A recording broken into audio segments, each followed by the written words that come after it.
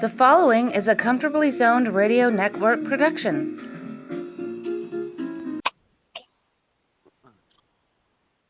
Hello, everyone. Welcome to Comfortably Zoned Radio Network. I'm Rob Denninger, and I'm here with Jack DeCraw, and as always, we're talking Yankees baseball. How you doing, Jack? Good. How are you today, Robert?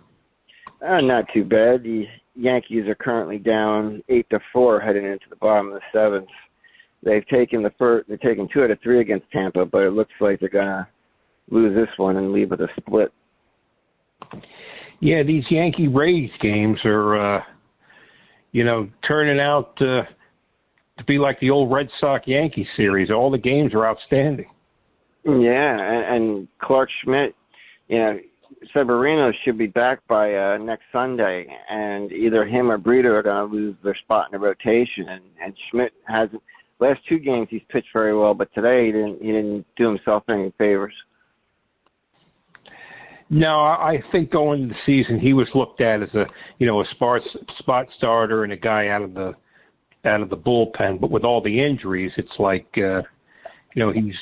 he's been pressed in as being a starter. Yeah, I tell you though, the inning he got in trouble in the 5th inning. He had runners, he had the bases loaded, and Harrison Bader made a diving play in right center field onto the warning track to save a couple of runs. The run scored, but, if Bader didn't make that catch, the bases probably get cleared. So Bader's been a huge plus since coming off the IL. Yeah, he's played some great baseball and stuff, and he's just come back in the nick of time. When they got him and Judge, that's when they've gotten to this little winning streak, and so he's been a big asset so far. Yeah, Judge hit 2 home runs yesterday in their comeback win against Tampa. And to come to find out, it was his 29th multi-homer game, which ties him for 5th place with Alex Rodriguez with 29. And it turns out Babe Ruth has the most with 68 multi-homer games, followed by Mantle with either 46 or 49, and then Garrick with 39, DiMaggio with 35. Wow. Yeah. We're talking off air. That was like, in those 68 games, that was like 20% of, Babe's lifetime homer. Right? Amazing. Yeah, Mantle almost has 50, and that's incredible in itself. But Ruth with 68, the number, it's hard to hit 2 home runs in a game. My God, it's 68 games. Yeah, that's why, that's why Babe is probably the greatest player ever. When you look at his records at what he achieved when he retired, it was like amazing. It was absolutely amazing. And I guess there's a plaque in Tampa where they had spring training back in the day, and there's a plaque where Babe Ruth hit a home run that measured at 587 feet, and there's a plaque dedicated to where the ball landed. 587-foot homer in spring training. It was funny, Robert. I lived up by Tampa University where the Yankees had, played games and the Washington Senators used to train. And I rode through that campus 1,000 times, and I rode past this sign 1,000 times. So one day I thought I would stop and look at it. Yeah. That was the sign that Babe Ruth, hit the ball like it was something 600 feet. And I think Ben Sunday, who was an ex-baseball player and a minister, they had he gave a sermon or something. But it's just funny how often I rode past that sign and never stopped. Isn't that crazy? Oh, cow. Yeah. Oh, man. God, it must have been something. Yeah, that's where the Washington used to train. Yeah. But that time back when he played, they literally had to build a new stadium to fit all the fans and just to watch him play. He must have been he was must-see before there's TV. Yeah, he pretty much saved baseball after the scandal. He made the Yankees so popular when, in 1920, 21, and 22, John McMahon said, you got to get out of the Polo Grounds. So that's why they wound up building Yankee Stadium. Getting back to So today, the Yankees, Severino pitched, I guess it was Wednesday with AAA, pitched 3 1/3, did well.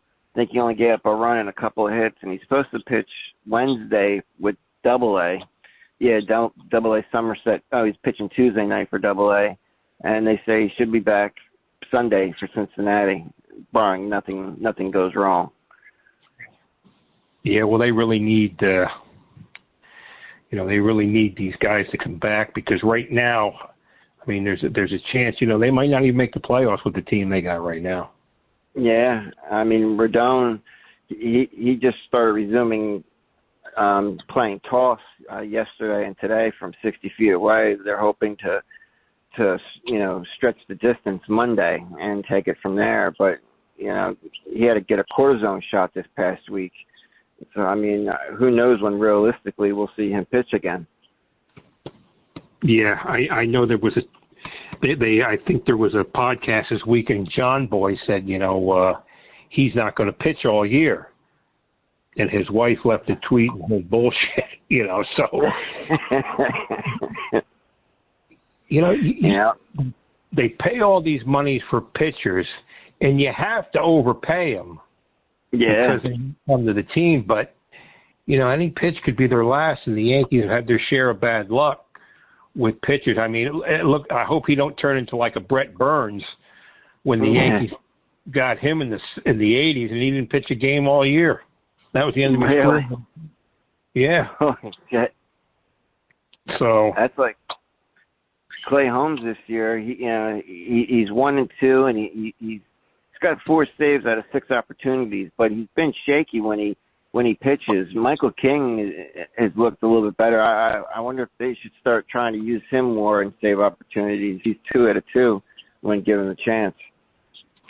Well, I noticed the other night they had Holmes pitched the 8th, and they had Michael King in the 9th. Oh, really? Yeah, okay. I mean, Holmes has got nasty stuff. Yeah. But, I think if you're, going for the World Series, which the Yankees are every year, you want a veteran, closing the games. Yeah. I mean, and Nestor Cortez, he's gotten off to a little bit of a struggle this year, at least by the stats. Yeah, he hasn't been. Every game he was good, and this year he seems to have like that 1 or 2 bad innings, and that just sets him back. But hopefully he can turn it around. I think he will. Yeah, and the Yankees moved Jonathan Iwazaki to the 60-day DL.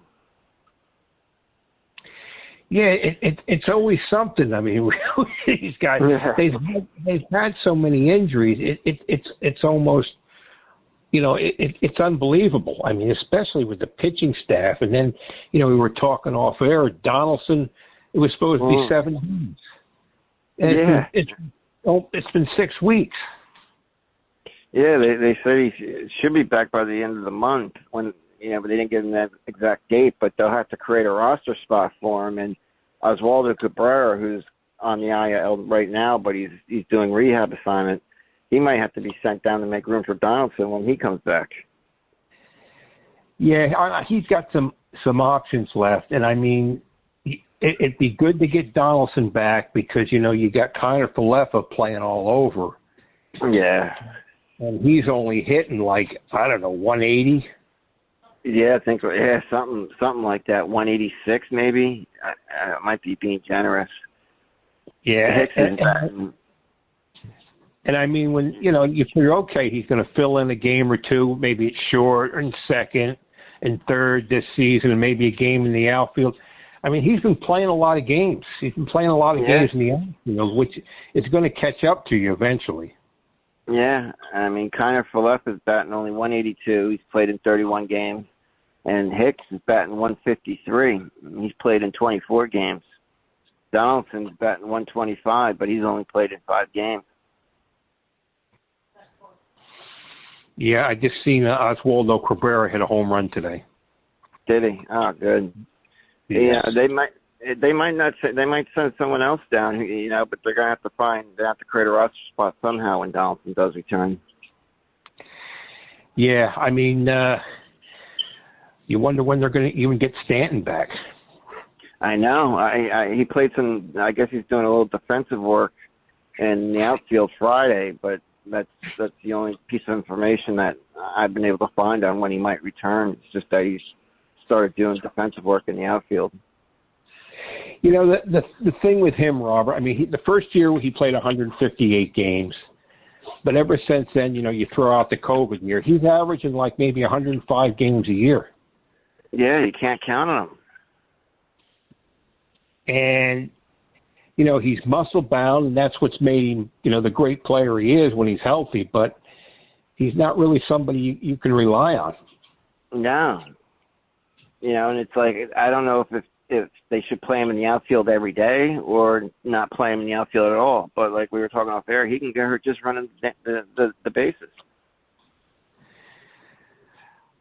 I think, I don't know, I think I'd put him in the outfield except when you're playing, like on, AstroTurf or, not playing more than 2 days in a row. But I really don't know what you can do because he gets hurt just running.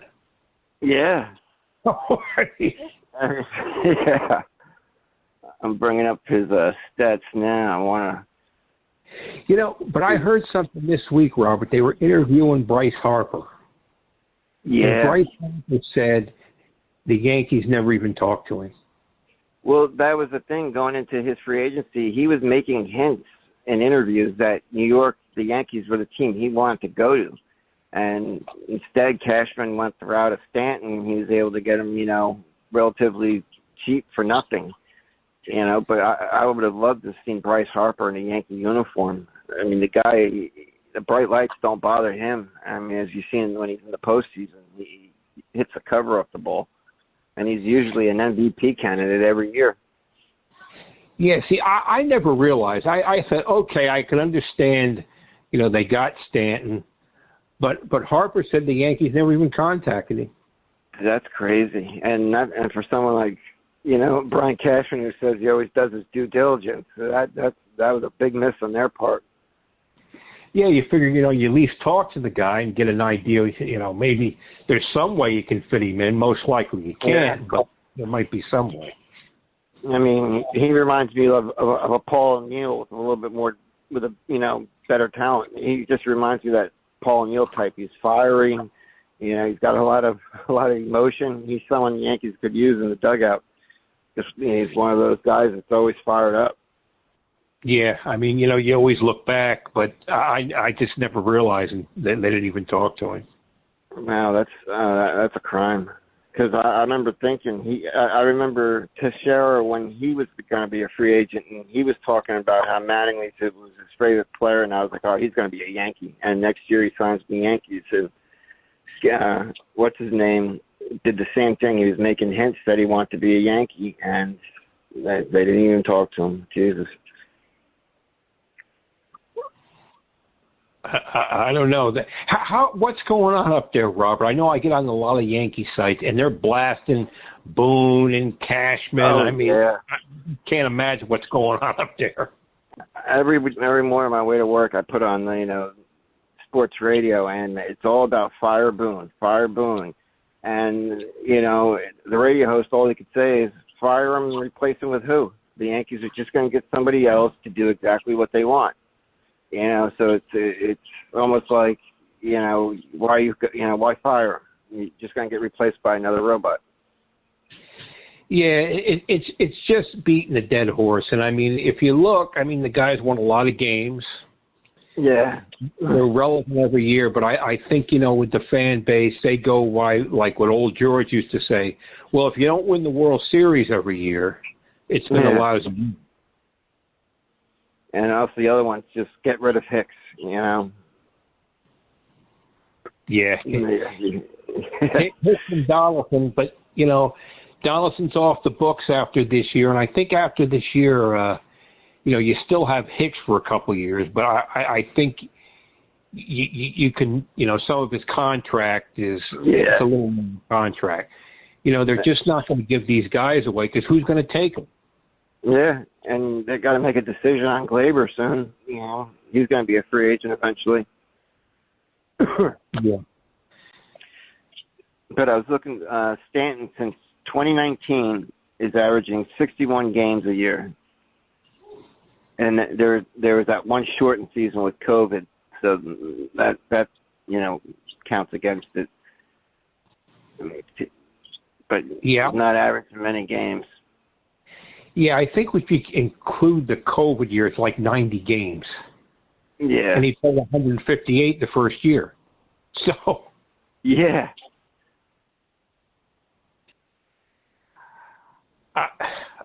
I don't know. I mean, you can tell the guy is, he's muscle bound. I mean, he's an outstanding player. Look at a guy like Judge when he hits home runs. It's a beautiful swing. Oh, yeah. A classic baseball swing. And Stanton just beats the ball, mashes the ball. Yeah. It's a violent swing. It's like boom. It's like if it's a line drive, they hit anybody, like you think it would go through them. Yeah. And Judge just had an RBI single. Oh, okay. So maybe they're coming back a little bit, but ain't five yet. I mean, Stanton, it is what it is. He's muscle bound. He's not going to change, and nope. He's looking to crush the ball. Yeah.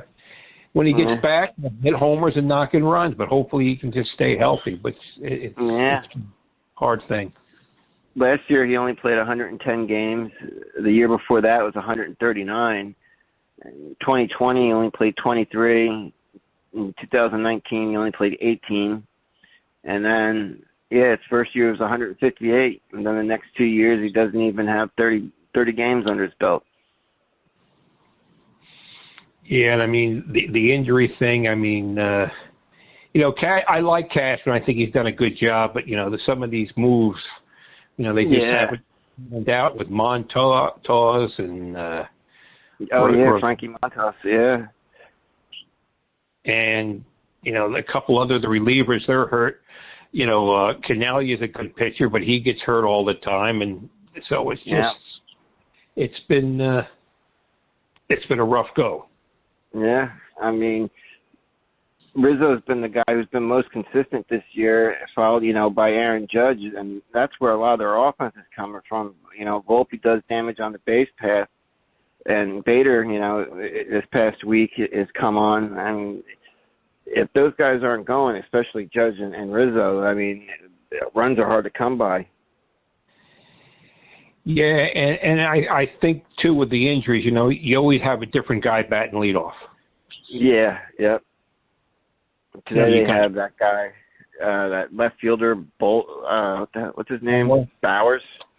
Yeah, he was with Tampa a couple years ago, and so they got him leading off. They got Torres leading off. They got Volpe leading off. It's always somebody. It's always somebody new like that. It's telling because remember they used to have LeMahieu penciled in the leadoff spot every day for his first few years, and now this year all of a sudden he's barely in the leadoff spot. And I think that's because he's not the same hitter he once was. Yeah, and I mean with all the injuries and stuff, it's like on the bottom of the order. Yeah, it's improved the last week, but I mean when you have Falefa and the Gashiota and guys just not hitting, and Calhoun and Bowers, and you got guys not hitting. There's like there's dead spots. Yeah, and what's his name? Cabrera. Yeah, that where is he? Oswald, the left fielder.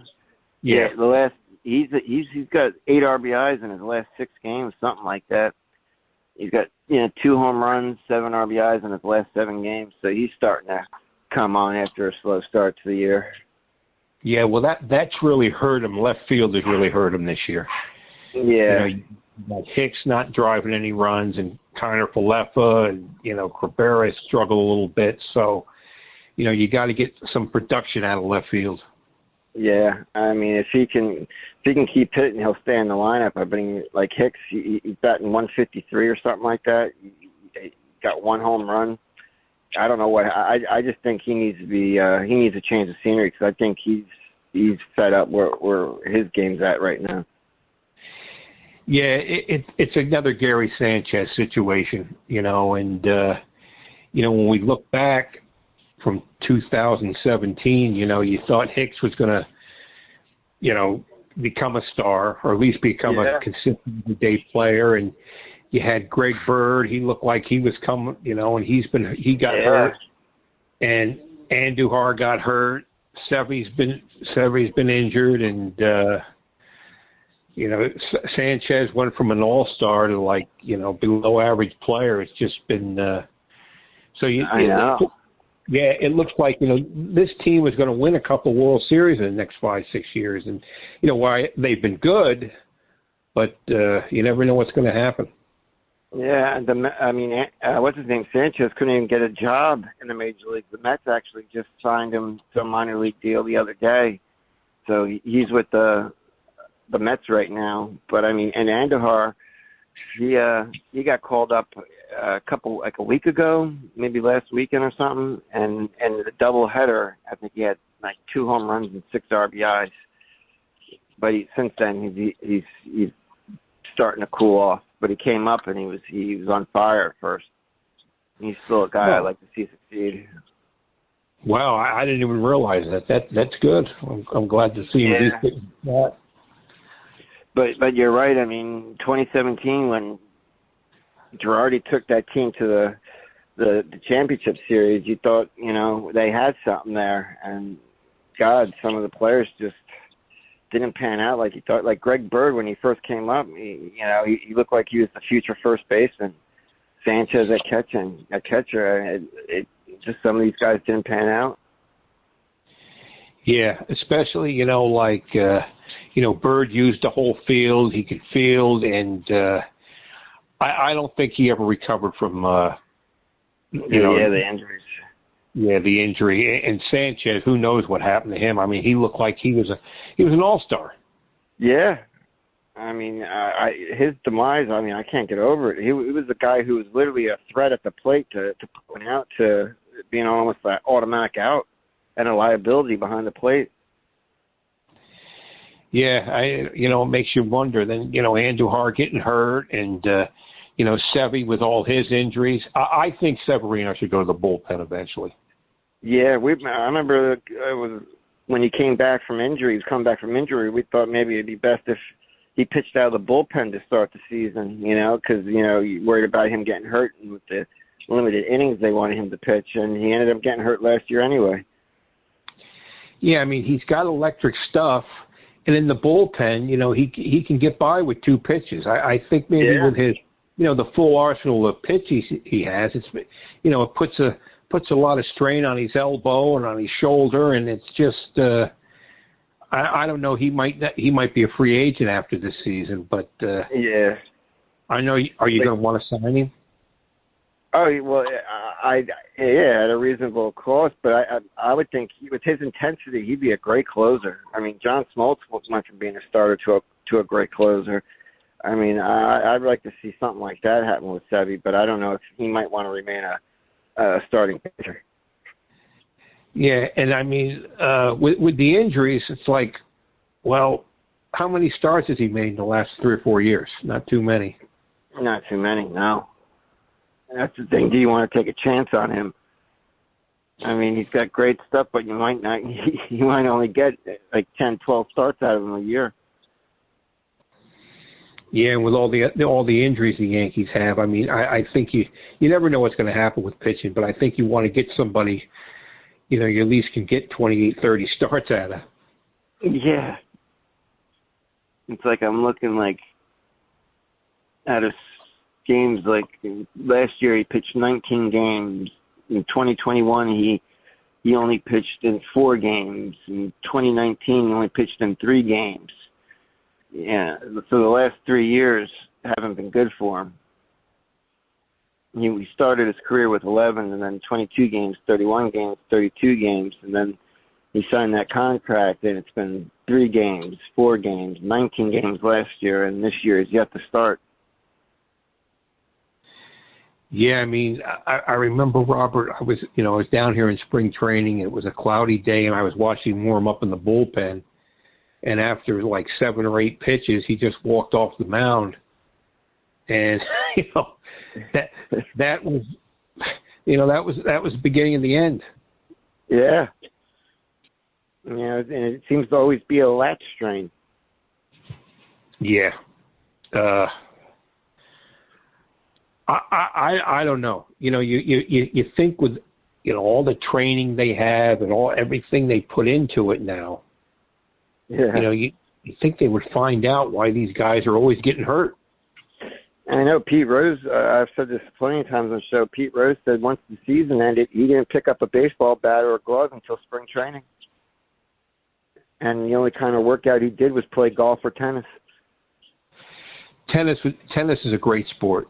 It's non-contact, and the movements are similar to baseball, and even to play racquetball or just go in the gym and jog and shoot baskets. I mean, they do all this weight training stuff, and they're always hurt. And I think now the pitchers throw so hard. The other night, Robert, I was watching the Cardinals and the Red Sox, and there was a guy on the Cardinals, like his name escapes me right now. He was throwing 102 and 103 miles an hour. My God. Jesus, back in the 90s, you can count the number of guys that threw 95 on one hand. It just didn't happen. And now guys are throwing 100. It's crazy. I mean, his off-speed pitch was 91, and I seen a stat a couple weeks ago.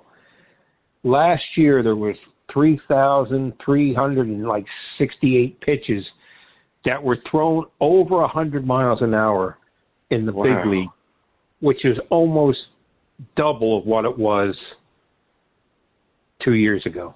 Oh my God. I believe it, too. It seems everyone's got a loaded bullpen nowadays. Guys that just throw hard. Yeah, it's like now the average is 95. It's crazy. And it's like I remember Rob Dibble was the guy for the Reds who was the flamethrower coming out of the bullpen. That's what made him so well known, was the fact that he threw hard. And he doesn't throw anywhere near as hard as these guys today.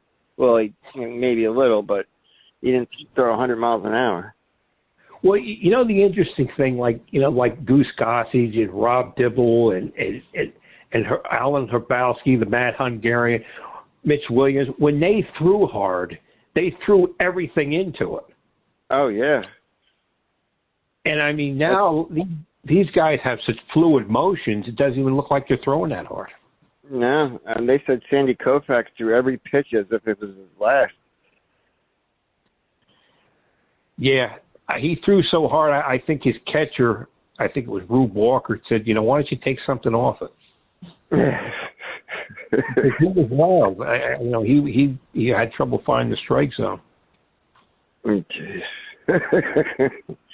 That's like Koufax. He didn't pitch. He didn't have that long of a career, right? It was like 9 years, maybe.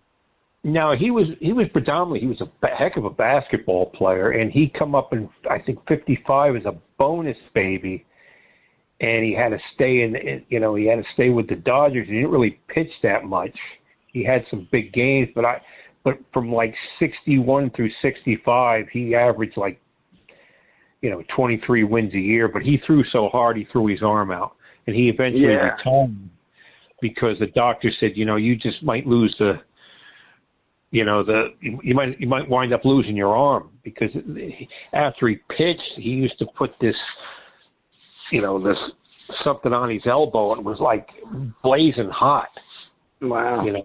And it was, he was terrific when he pitched. I mean, that's what got him those Hall of Fame, those 5 years. I mean, he was probably as good as any pitcher ever, from like 61 to 66.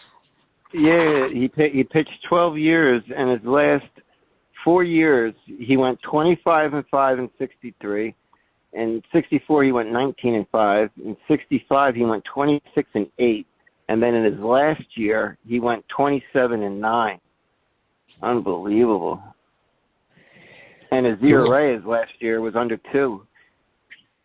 Well, it was funny in the 1963 series, the opening game, he struck out 15 Yankees. And Yogi says, I can understand how he won 25 games, but I can't figure out how he lost 5. He led the majors in strikeouts in 61 with 269, and in 63 at 306, 65 he had 382, and his last year 66 he had 317. I just remember the 65 series when he pitched Game 7, and all he threw was fastballs because he had no curve that day. Wow. He only pitched, I think, on 2 days rest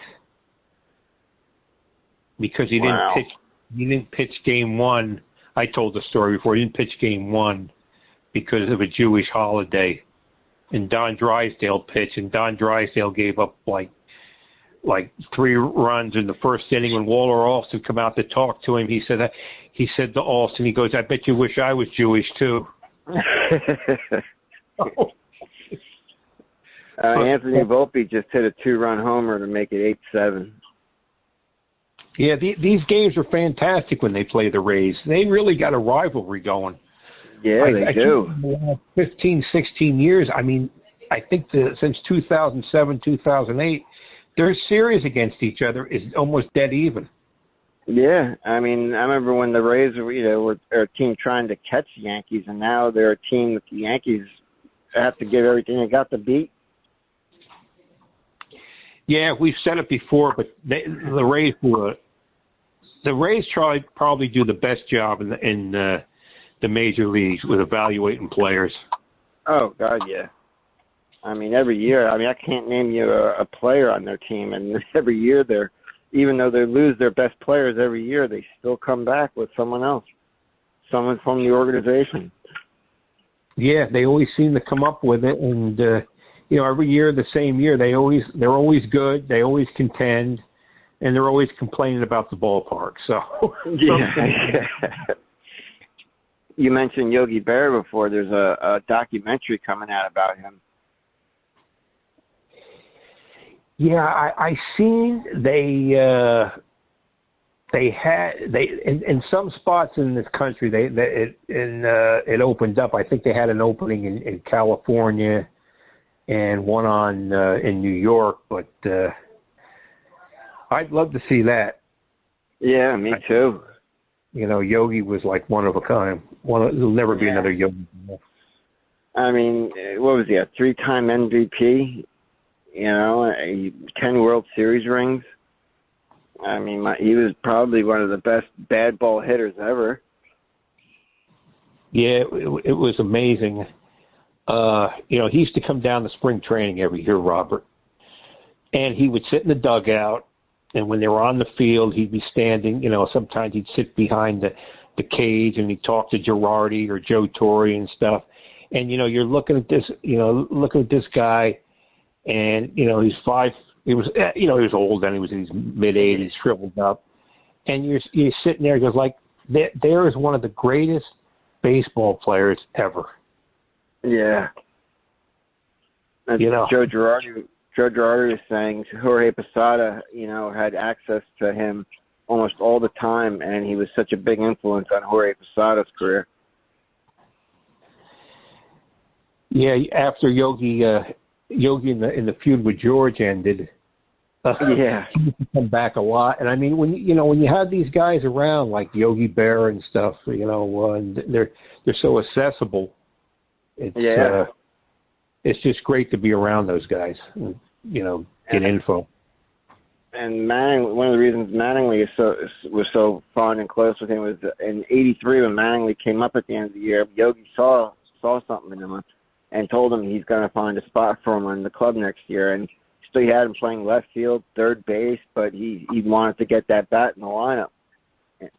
So Yogi was the one that got basically pushed for Mattingly to be on the team in '84.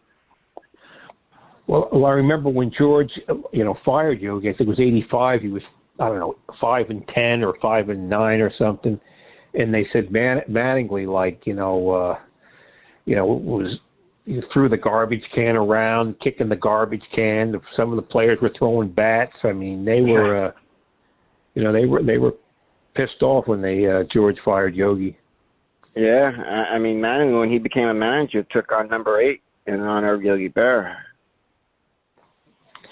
Yeah, I mean, they talk about George now like, well, if George was a GM, he'd do this, but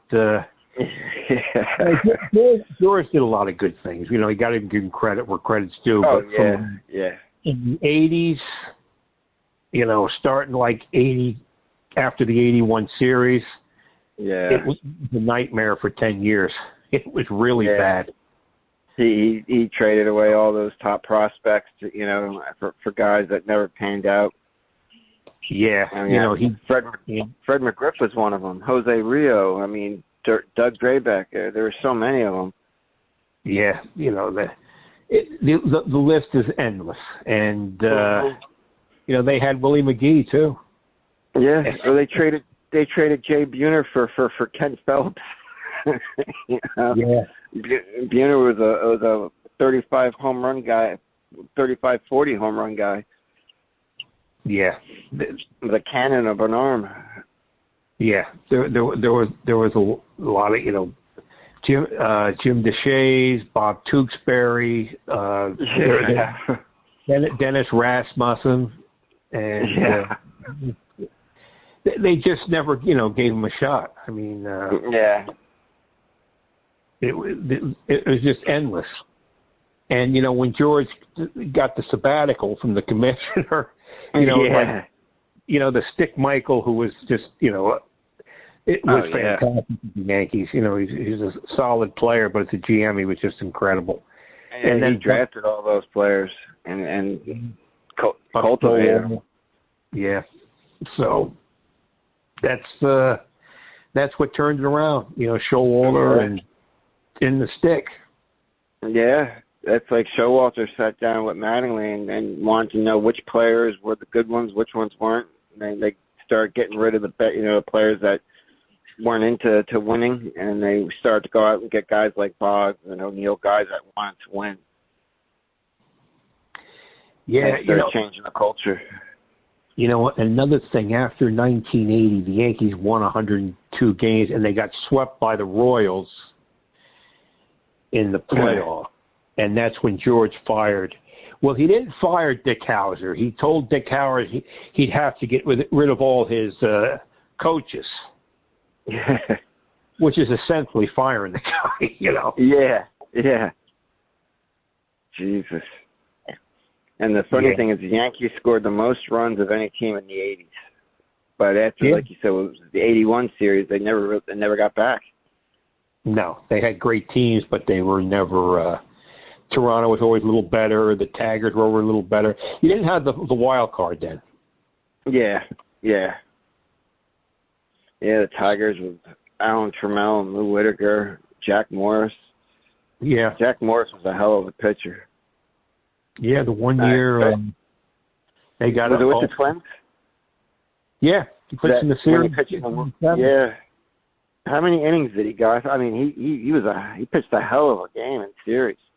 It was I think it was 10, 12 innings. Something like that, right? Yeah, it was incredible. The Yankees tried to get him. Oh, really? Yeah. Wow. That's what they said. Zach Greinke today became the 5th pitcher with 1,000 strikeouts. I think Nolan Ryan's got something like over 5,000. Yeah. Or 3,000, whatever the hell it is. Yeah, Nolan Ryan had a rubber arm. I mean, he pitched a game against the Yankees. I think he threw 250 pitches. It was something ridiculous. My God. It's like the Yankees right now. It's 8-7. If they could somehow come back and win this game, it'd be a miracle. Because right now they're 7 back of the Rays, getting back to 6, and then they got to face the Blue Jays next up in Toronto. Well, I mean, that's the thing. You stay over 500, and eventually, these teams will cool off. The Rays got a good team. But, they're not going to win 110 games. Oh, no. Yeah. It's like the Yankees got four games with Toronto, and then they go to Cincinnati for 3, and they come back home to face Baltimore for 3, San Diego for 3, and then they head out on a West Coast trip. Yeah, so all, doesn't really, yeah. Yeah, like you were saying, Robert. I mean, all in all, they're in decent shape. Yeah.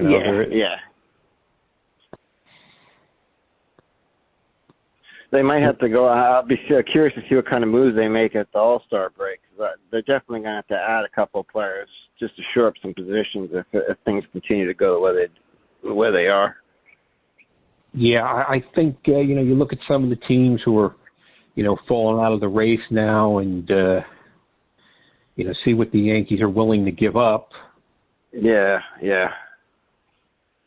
Michael Kay also made a comment that don't be surprised if you see Jason Dominguez make an appearance in the majors this year at some point. I thought that was a curious comment from him. Yeah, I don't. Well, who knows? If it is, you're going to have injuries. You're going to have a lot of injuries.